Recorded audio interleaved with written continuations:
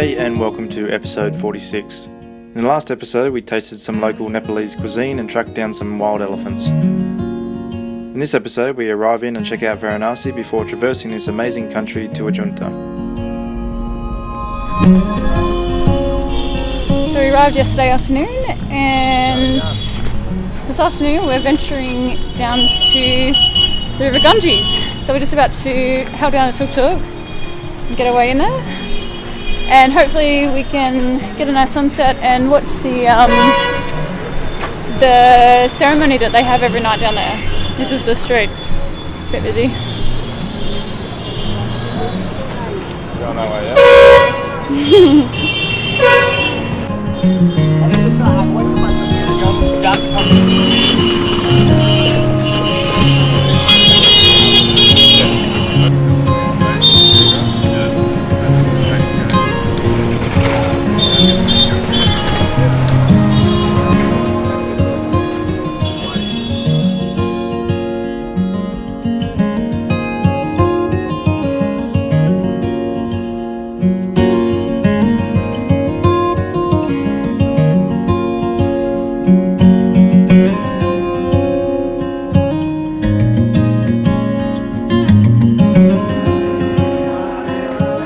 Every evening at dusk, the Aarti ceremony is held at the holy Dasawamedh Ghat. The ritual is performed on a stage by a group of young Hindu priests using fire as an offering in the form of a lit lamp.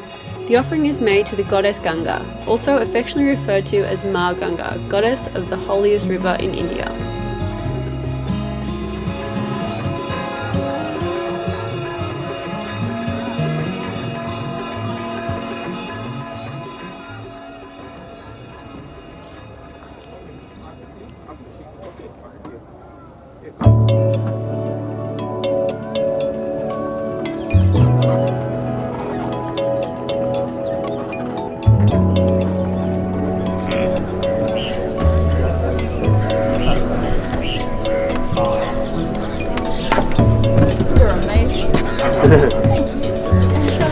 Thank you.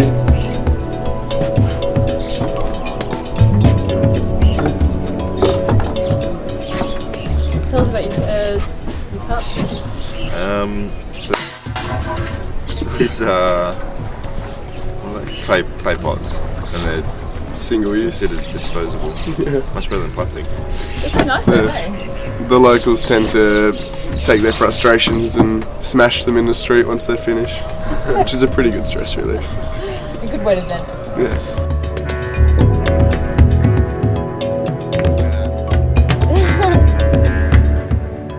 We come back down to the River Ganges, or the Ganga as the locals call it, to do the morning boat ride, and it's such a different perspective seeing the Ghats from this side and just being able to watch everybody just doing their thing. We did come to see the sunrise, but being in India there's a lot of air pollution, so it sort of came up about 45 minutes after the actual sunrise time and you can stare straight at it. So yeah, we're just floating up and down. I'm not floating, I'm being rowed by this lovely gentleman over here. Up and down the river, so now we're going up to the main cremation ghat, and then after that we'll probably be on the boat for another half an hour before we jump off. It's so much more relaxing when there's just the rowboats, and then a motorboat just like puts past you, disturbs your relaxation. One of the oldest continuously inhabited cities in the world, dating back to the 11th century BC, and one of the holiest in Hinduism, Varanasi is regarded as the spiritual capital of India, drawing Hindu pilgrims who come to the Ganges to wash away sins in the sacred waters, to cremate their loved ones, or simply to die here, hoping for liberation from the cycle of rebirth. Varanasi has a total of 88 ghats, most of which are used for bathing and prayer rituals, while 2 ghats are used exclusively as cremation sites. The term ghat actually refers to a series of steps leading down to a body of water. Particularly a holy river, though, can lead down to something as small as a pond or as large as the River Ganges.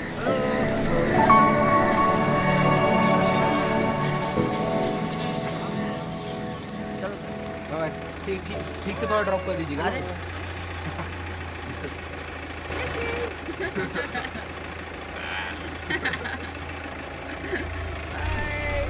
So Mitch left us this morning to get his flight to Delhi, where he'll spend a couple of days before flying back to Australia to spend Christmas.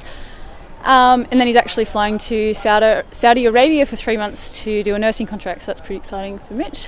I think we're going to miss you, Mitch. It's pretty quiet here without you. No one to push me around like their little sister.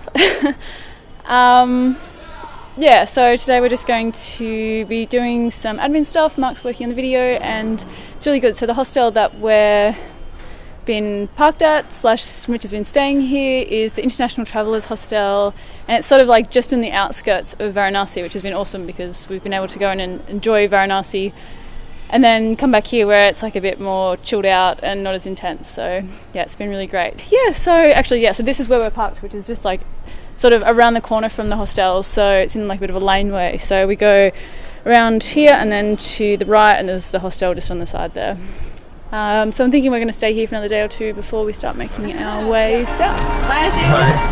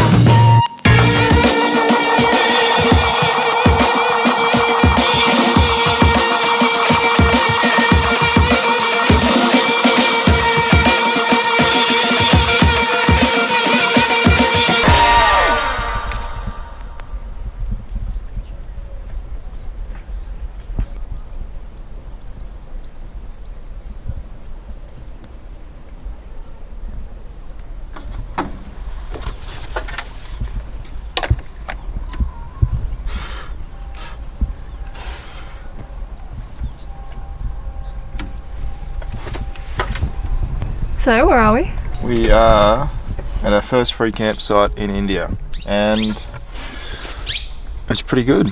It reminds us a lot of the Kimberley at home. Nice mountain range in the background, beautiful sunrise, sunset. It's really quiet. Really quiet, no people. It's not what we've heard about camping in India, but it's been good. We drove about 6 hours yesterday? Yeah. And we're planning to drive about 5 or 6 today. Had a bit of a slow start this morning, just enjoyed the silence, a bit of a contrast to Varanasi. So we're about to hit the road now. See where we end up later on today. Yep, hopefully another spot like this.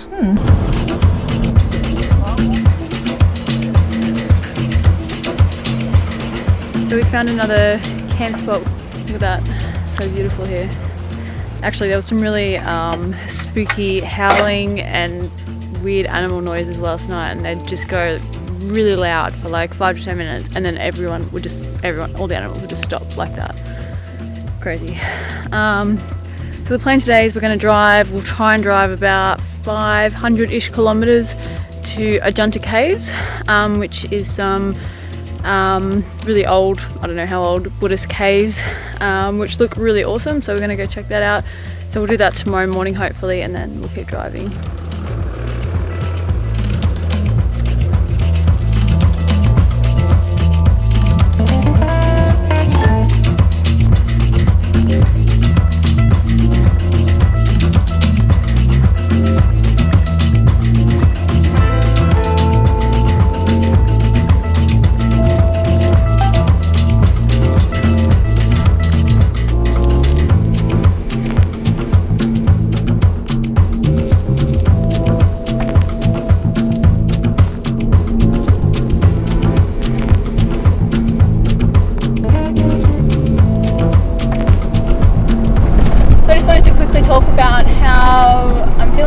here so far. I am just loving it. It is continually surprising me with how beautiful the landscape is. The actual country itself, it's so diverse, and it's the vastness of it is just, it's really surprising me. I'm loving it, really loving it. Yeah, thumbs up from us.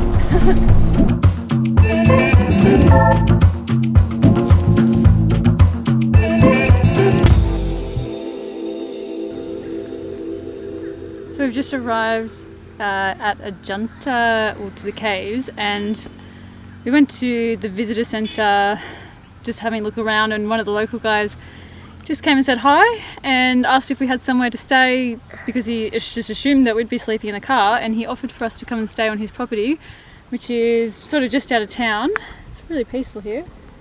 This is my new little mate. Say hi. Hi. And it's actually, there's crystals all over. It's pretty cool. So yeah, we're just gonna walk up to this hill now and maybe watch the sunset. It's beautiful here.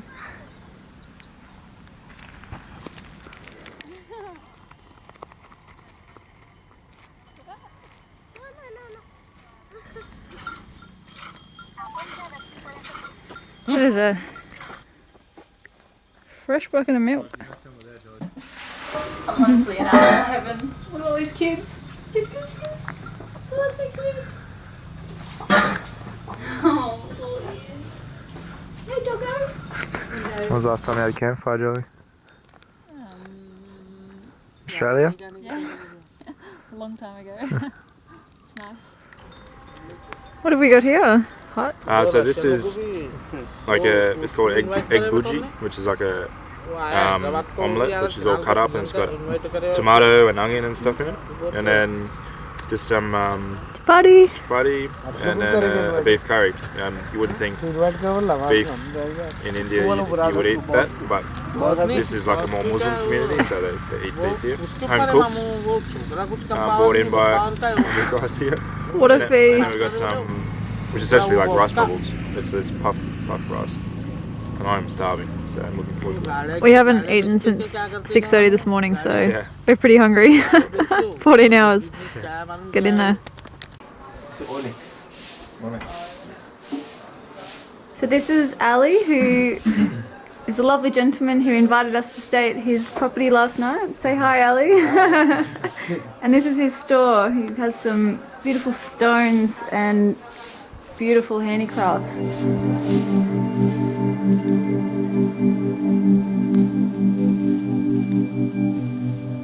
The Ajanta Caves are 30 Buddhist caves cut into this rock face and occupied for about 500 years from the 2nd century BCE. They were covered by jungle until accidentally discovered by British officer John Smith while on a tiger hunting mission in 1819. The caves include paintings and rock-cut sculptures described as among the finest surviving examples of ancient Indian art. This unfinished cave gives a glimpse into how the workers cut the caves.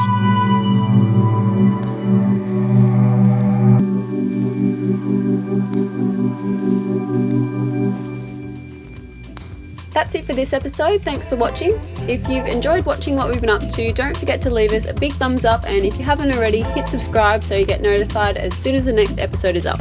We also want to say a massive thank you to our patrons for your support. You're all seriously amazing. If you're interested in joining the team, there's a link in the description below. Thanks guys, see ya!